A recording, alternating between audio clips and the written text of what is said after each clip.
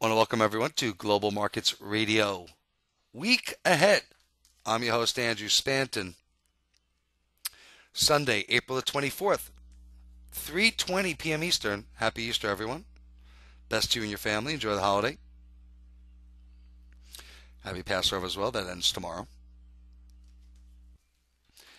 Nothing really major over the weekend. We certainly did have some good signs. We have Salah out of Yemen. Looks like he's going to resign.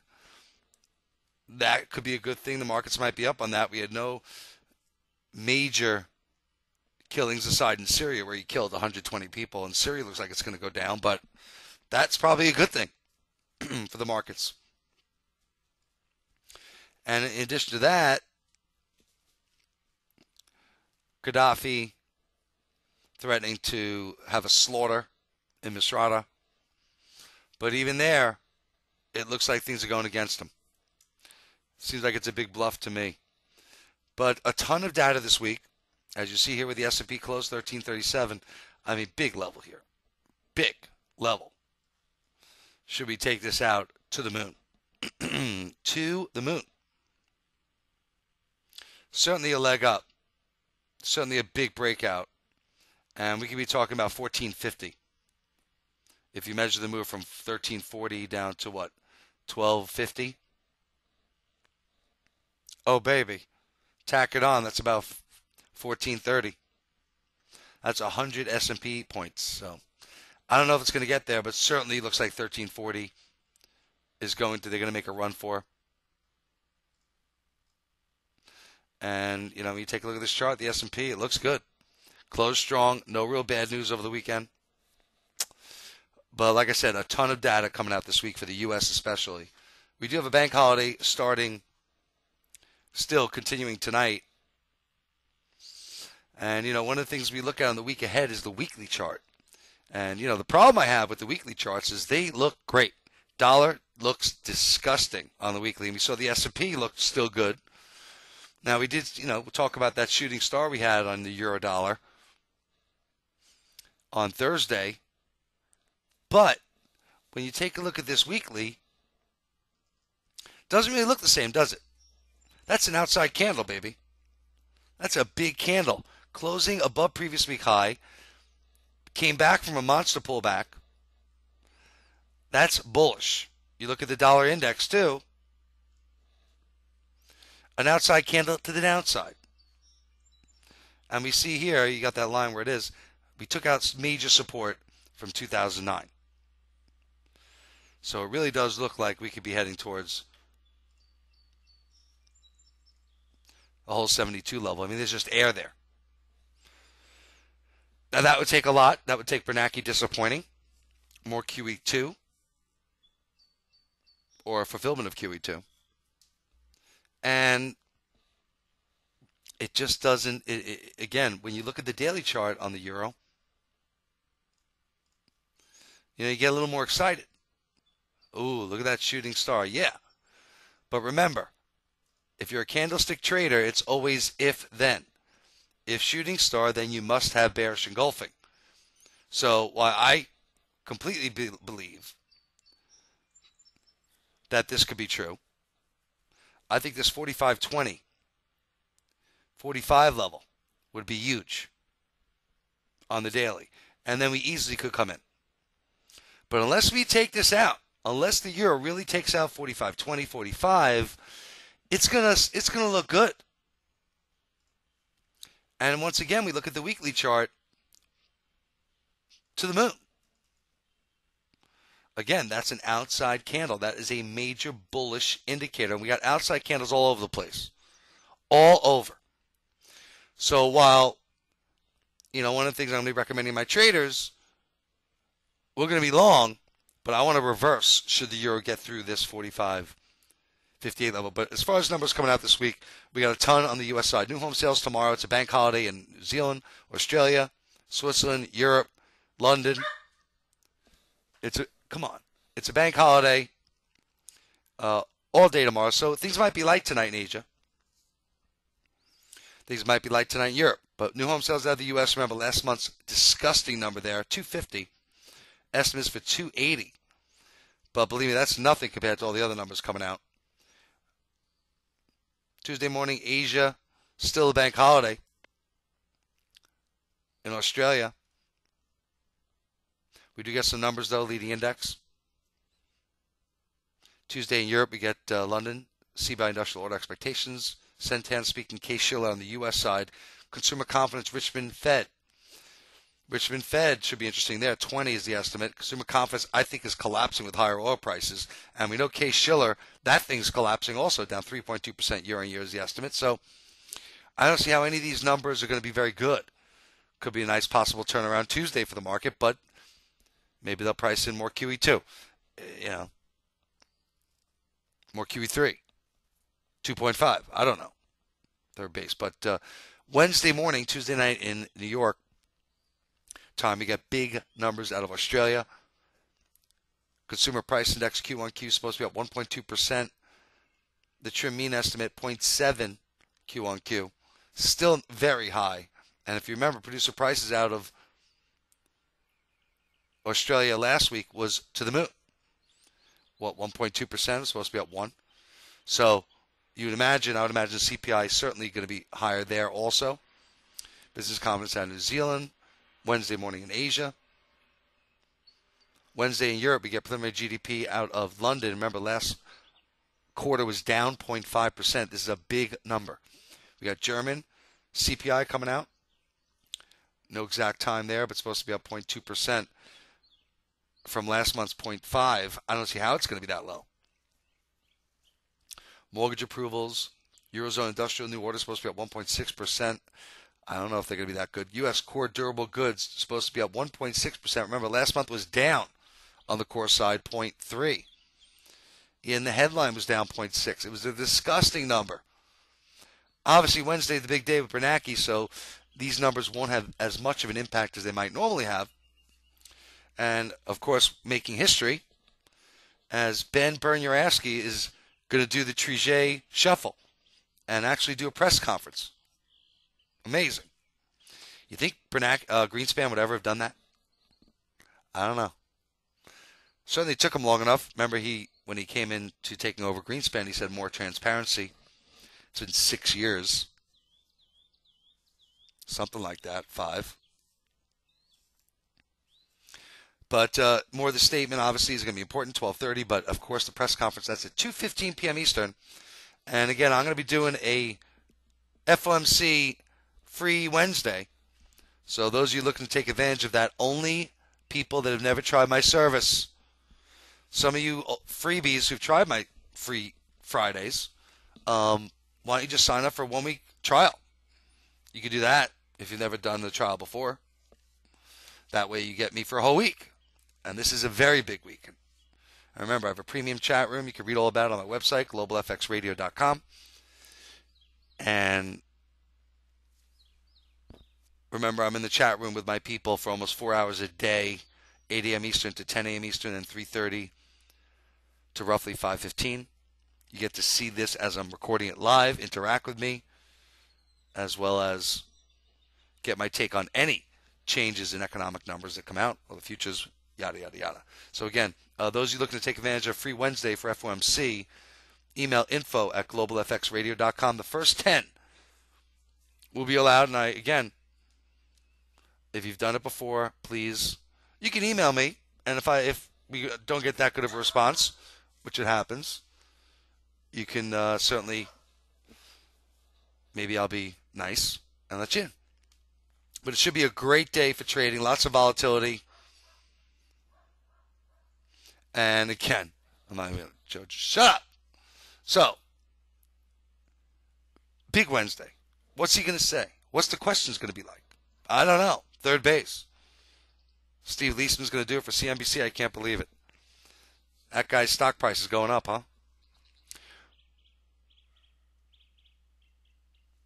I think, again, the big question is QE3. I think the economy in the United States as well as the world has gone down the last 2 months. The outlook, remember, for the U.S. economy by S&P was downgraded last week. Not the debt, just the outlook. So, and certainly this is a big week for numbers. Big. But I would imagine you can get a meltdown in the dollar if he doesn't deliver something good. And remember, it's the ultimate contrarian play to be long the dollar. But this weekly chart scares the living bejesus out of me. I mean, you look at the weekly chart on the Dixie dollar index. No, not that. Sorry. That's an incredible candle. That is disgusting. That looks terrible. How can anyone be long here? I wonder what Jimmy Rogers, remember, he's long the dollar. I wonder what he's doing. So, again, in looking at the beginning of this week, I would imagine the dollar should get hit.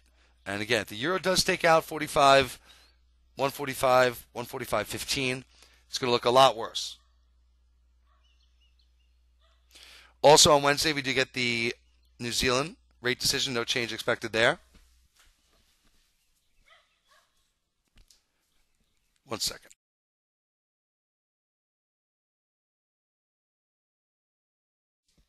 Sorry. Freaking dog. All right, so, and then turn to Wednesday night, Thursday morning in Asia. A lot of data out of Japan. Tokyo CPI. Remember, with all this, the nuclear fallout going on there, prices are expected to start going up. Core Tokyo CPI is supposed to increase 0.2%. That's big. Household spending is supposed to collapse. Unemployment rate is supposed to tick up to 4.8%. Industrial production is supposed to tank 10.3%. And, of course, we got the BOJ policy statement. Again, things aren't very good there. If anything, they're going to announce more stimulus for their economy. And, again, we take a look at that dollar-yen weekly chart. That doesn't look very good, closing at the lows. While it did make a comeback, and the daily does look more constructive to me. Daily looks decent. That weekly looks disgusting. But, again, it won't be the first time that dollar-yen had a fake out where we closed boom, boom, and then back up. We closed terrible, and then, we came back up. So the weekly does not, it was follow through, absolutely. Certainly under 81.50, we take out the lows, 81.60, it's not going to look very good. So, but certainly is a shot. Maybe bounce up to 82.50, 83, I could easily see. But we'll see. And again, the stock market looks too good. I mean, look at this stock market. I mean, look at that. S&P, just to the moon. Bang. Big outside candle on the weekly, too. Took out previous week low, took out the high. I know, some of you don't believe in that. But, again, that is significant on the S&P. Gold, oil, silver, to the moon. All dollar negative. All closing relatively at their highs for the week, which would mean, again, more downside for the dollar. Turning to Thursday again in Europe, we do get house price index supposedly coming out of London. That's not looking very good. Press conference out of Japan. That should be interesting. That's early Europe, 2 a.m. Eastern. French consumer spending starts the European numbers. Supposed to be up 0.3%. I have no clue. German unemployment, decent number there. Supposed to be down 36,000. It was down 55,000 last month. U.S. we get advanced GDP. Supposed to be only up 1.9%. That's a disgusting number. Horrible. So, it's already priced in. Unemployment claims 392. Remember, unemployment claims now above 400,000 for 2 weeks in a row. The downtrend in unemployment claims could be busted. Big time. One more bad week, and it definitely is. Abso-freaking-lutely. Pending home sales, 10 a.m. Eastern, 1.6% increase. Not good there. And then Big Friday. More big U.S. data. Just a litany of good economic data coming out. A great week for many of you to try my premium service. Abso-freaking-lutely. Eurozone. CPI flash. Supposed to be up 2.5% on Friday morning. That's really the biggest one there. Unemployment rate is supposed to hold steady at 9.9%. Hildebrand speaking out of the S&B. Interesting. I don't think he's saying anything about intervention, that's for sure. Canadian GDP supposed to be at 0. I got to tell you, I think that's going to be a better number. Their numbers have been much better. Last month was up 0.5%. I don't see, unless the U.S. really dragging it down, Still gold, oil, silver, metals, wheat. Well, not yet for wheat, for them. But still all going up. U.S. side, big numbers there. Personal income, personal spending. Employment cost index, ECI, supposed to be up 0.5. Chicago PMI, Chicago, 68.8. Michigan sentiment, that's going to suck, 70. And then Ben Bernanke, sorry. For those of you who don't know, that's my name for him. He's speaking at 12:30. So that's pretty much it. But again, a ton of U.S. data, as well as the FOMC, as well as the press conference. What a week. And if there's any week the U.S. dollar could reverse, is this one. I don't know how it's going to play out. But again, I would imagine the stock market's going to explode, take that whole level out, and this dollar index is going to plunge. Whether or not it comes back, whether or not we go completely momentum, and we do come down 2 cents, which would be unbelievable.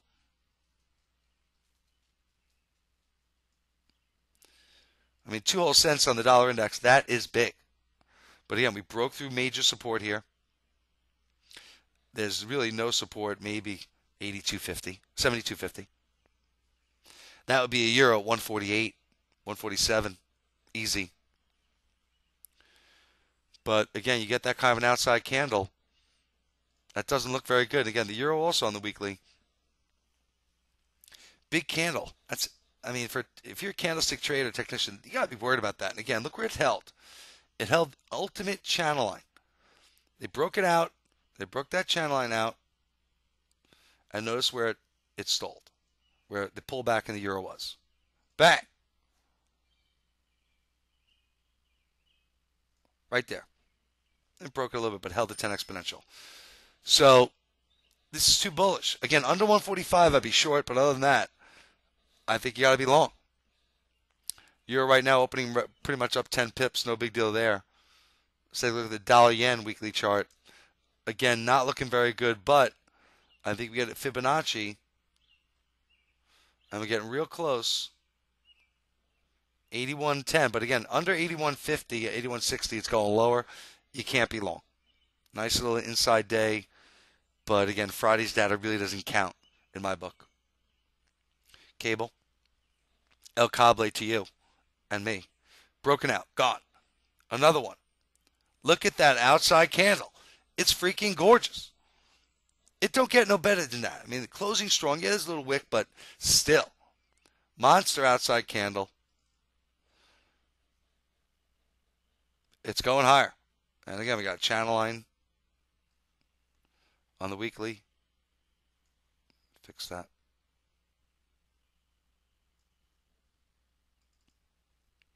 That's like 168. 300 pips, why not? Dollar Canada, look at this outside candle. Holy gamoly. Big took out the high, took out the low, did close relatively okay. Back in the fold, but still right at resistance, this 95.50. Just a ridiculous rally. Oh, baby.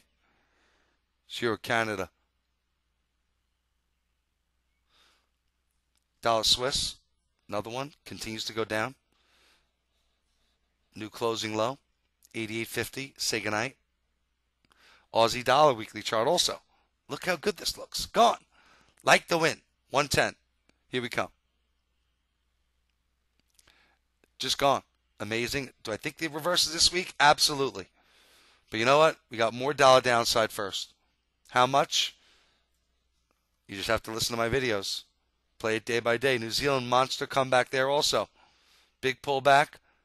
Closing at a new high. Above previous week high. It's gone. 800 pip meltdown. And now right back. Sick. Sick, I tell you. And we'll give you Euro Sterling. The rest, you just have to go premium to get the rest. Sorry to bother you. But again, Euro Sterling, I think it rolled over. We got that nice little shooting star doji last week, and we really couldn't rally that much. So I like this still as a short. Obviously, if we take out 89, we're going to have to capitulate and get back long again. But it just looks like it's getting heavy. See how the 10-20 arcing over rolling over a bit. Obviously, if anything happens geopolitically, macroeconomically, everything can change in a New York minute. But just based upon these charts, it looks to me like the dollar's going down more. But again, maybe we get the Bernanke bottom. Maybe his statement is terrible and he screws up on the Q&A. But Wednesday should be huge. I think by Wednesday the dollar will have gone down much more. And then definitely looking for a reversal at some point Wednesday, you would think. And that's it. Premium, stay right there. Be right back. Give me 10, 15 minutes. So again, if you have any questions, feel free to email me at info, at globalfxradio.com. Stop wasting your time not making money. Let me show you how it's done, baby. Andrew Spanton. Try my product. 1 week free trial. Won't cost you a thing. Or email me info at globalfxradio.com to get free access to my chat room all day on Wednesday. Big day. Oh, baby. Andrew Spanton, Global Markets Radio, the only voice you'll ever need who truly loves to make you money. Have a good week. Check for my daily recaps. It's going to be big. Volatility in the house. Bye-bye.